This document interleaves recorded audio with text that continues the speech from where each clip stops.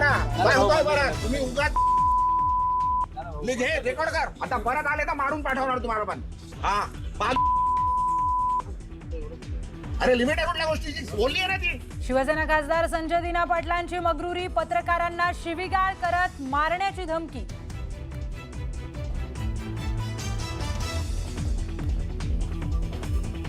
प्रतिक्रिया घ्यायला आले तर मला मी बोलणार नाहीये आता परत आले तर मारून पाठवणार तुम्हाला पण जे बोलायचं लिहायचं तर लिहा रेकॉर्ड करा आणि सांगा तिकडे कमिशनरकडे जाऊन कंप्लेंट करा। प्रतिक्रिया घ्यायला आले तर मारून पाठवेन, मुजोर खासदाराची धमकी। पोलीस आयुक्ताकडे तक्रार करा म्हणत शिवीगाळ।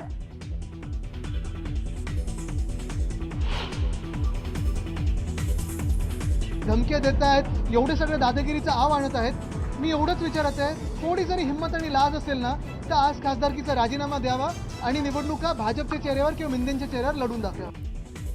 दादागिरीचा आव आणणाऱ्या दिना पाटलांनी खासदारकीचा राजीनामा देऊन निवडणूक लढवावी, आदित्य ठाकरेंचं चॅलेंज तर विरोधकांचाही हल्लाबोल।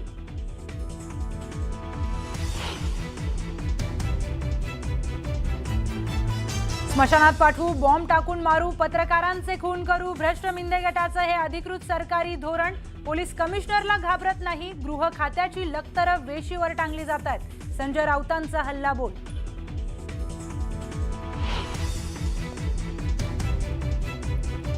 उपमुख्यमंत्री एकनाथ शिंदे संजय दिना पाटलांवर कारवाई करणार का? मुजोर खासदाराला धडा शिकवणार का? याकडे राज्याचं लक्ष।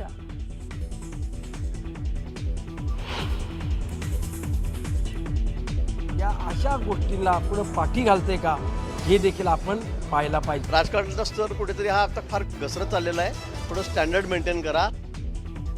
सत्ताधारी नेत्यांनीही टोचले संजय दिना पाटलांचे कान।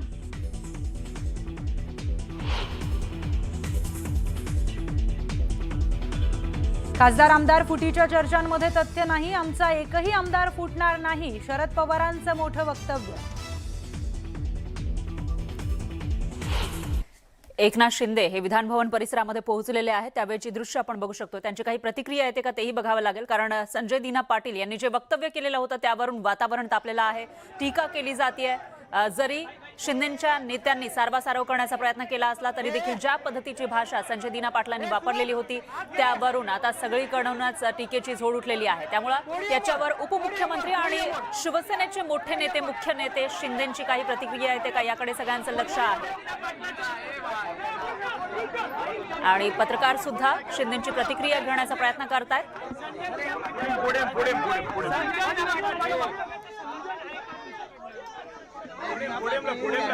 कारण संजय दिना पाटील यांनी ज्या पद्धतीची भाषा वापरलेली होती त्यावरून सगळीकडूनच संताप व्यक्त केला जातोय।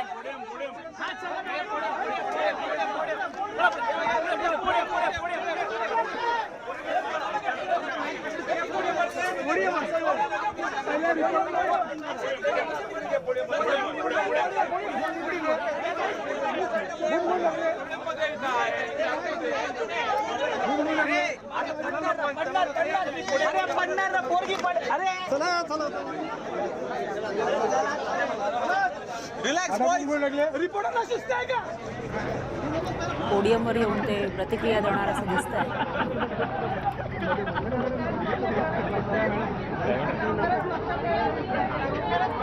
अरे माझे मित्र आहेत, ते आमचे मित्र आहेत, गेले अनेक वर्षापासून। हा बोला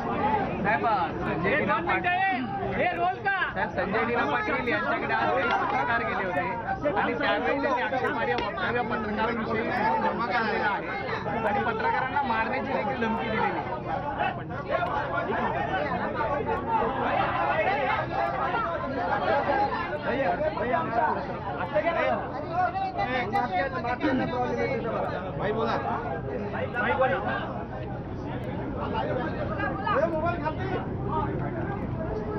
अरे म्हणजे मी या सगळ्या प्रकाराची माहिती घेतो, सविस्तर माहिती घेतो आणि मी तुमच्याशी सविस्तर बोलेनच। परंतु संजय दिना पाटील खासदारांची माझी चर्चा झाली, मी त्यांच्याशी बोललो, त्यांनी माझ्याकडे भावना व्यक्त केली की पत्रकारांच्या बद्दल चुकीचं वक्तव्य करण्याची माझी इच्छा बिलकुल नव्हती. मी पत्रकारांचा अपमान, नेहमी पत्रकार आणि माझे संबंध चांगले राहिलेले आहेत. पत्रकारांच्या भावना दुखावण्याचा माझा कुठलाही हेतू नव्हता. परंतु दररोज जे कोणी काय त्यांना म्हणतात, अरे जे रोज त्यांच्या विरोधामध्ये बोलतात, रोज त्यांच्या बद्दल अपशब्द काढतात, तोडून टाका, मारून टाका, तुडवून टाका, घरात घुसा आणि अतिशय खालच्या दर्जाच्या, नीच दर्जाचे, अतिशय खालच्या दर्जाचे जे शब्द वापरतात आपल्या मीडियासमोर, खरं म्हणजे हा मीडियाचा देखील अपमान आहे. किती वेळापासून काय काय बोलतायत तेही आपण पाहिलेलं आहे. याचा राग संजय पाटील यांच्या मनामध्ये आहे. त्या पत्रकारांच्या बाबतीमध्ये त्यांच्या मनामध्ये कुठलाही राग नाही आणि पत्रकारांच्या बाबतीमध्ये अशा प्रकारचं वक्तव्य कधी आम्ही कोणी लोकप्रतिनिधींनी करूही नये. आणि त्यामुळे मी त्यांना सांगितलेलं आहे की आपल्याकडून काही शब्द गेले असतील पत्रकारांच्या अपमानजनक, तर आपण पत्रकारांशी बोलून दिलगिरी व्यक्त करू.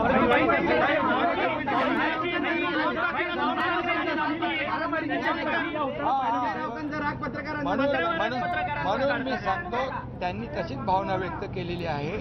तर मी आपल्याला एवढंच सांगतो की जे लोक आता संजय दिना पाटील यांनी माझ्याजवळ भावना व्यक्त केल्या, पत्रकारांचा अपमान मला करायचा नव्हता बिलकुल, परंतु जे दररोज त्यांच्या विरोधामध्ये जे वक्तव्य करतायत, त्यांच्या घरातल्या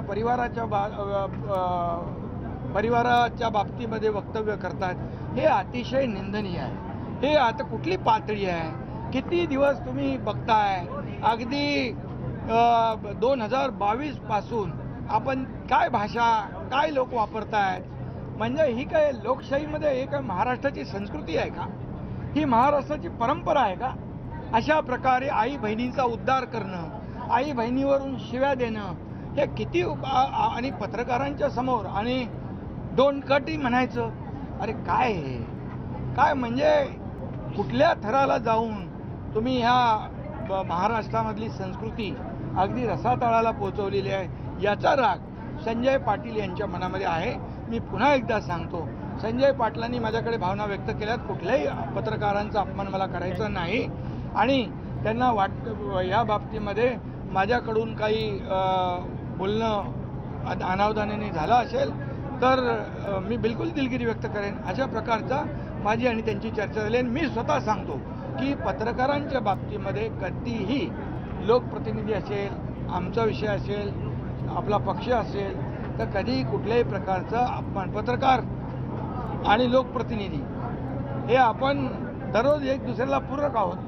त्यामुळे मी आपल्याला सांगतो, अशा प्रकारची भावना आमच्या कुठल्याही माणसाची नाही.